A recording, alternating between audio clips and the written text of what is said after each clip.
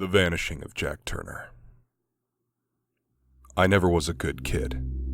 All my life I learned that the only way to make it up in the world was to be strong. And I didn't know what that meant when I was a dumb, inexperienced child.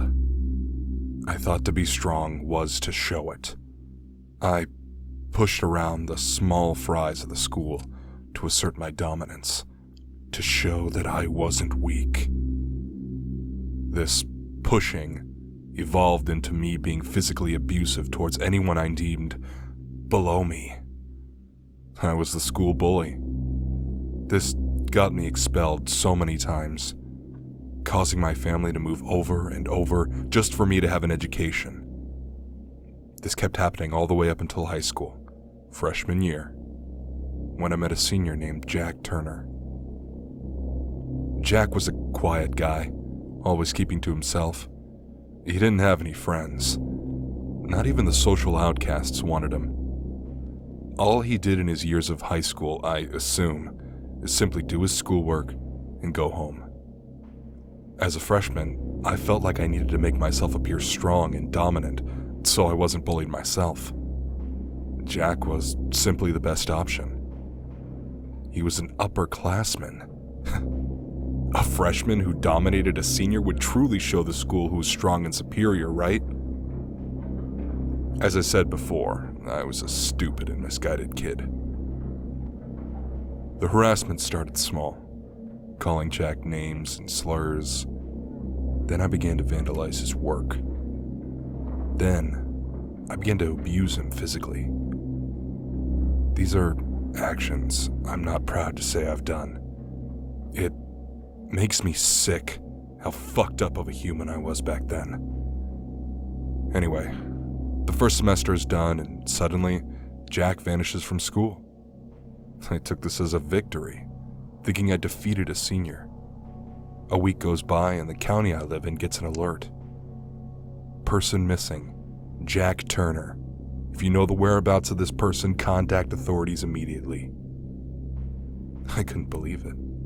The guy I was tormenting actually vanished and went missing. This was when I got a pit in my stomach.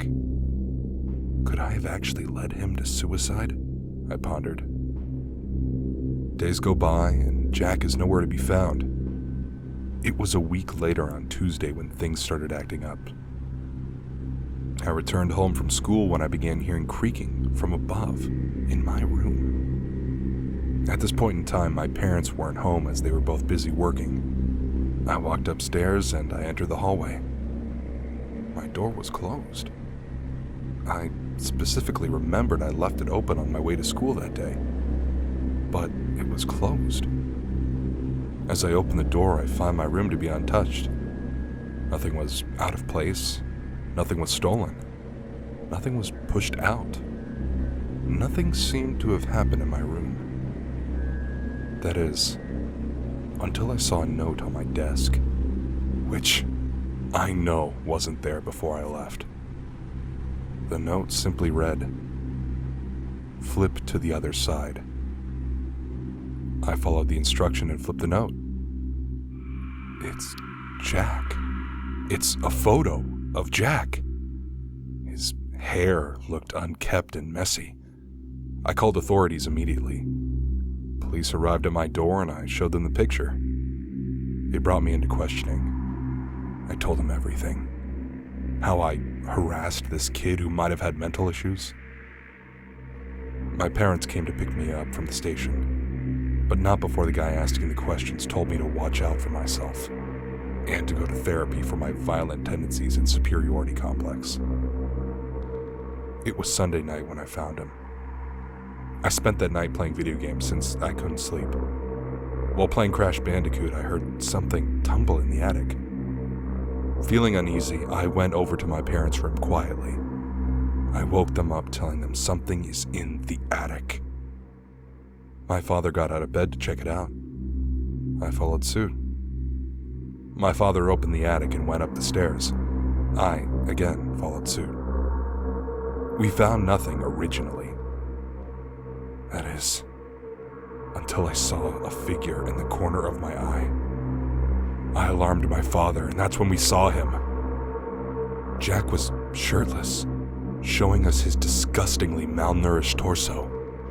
His hair was down to his shoulders, slimy and flaky.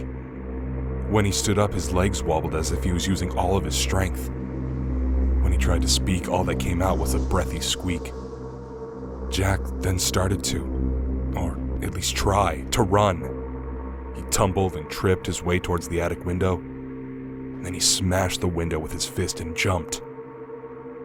My father immediately called 911 while I was fixated on where we found Jack. On the floor were photos. Photos of me. In a neat pile next to them was a used stack of paper. Most of the sheets were filled with gibberish, but one was clear as day. In sketchy, bold letters, Jack spelt out, "Kill." And on the back was a list. Kill mother first. Slice the neck using a kitchen knife. Kill father second. Smash his head in. Torture the tormentor, showing him my pain.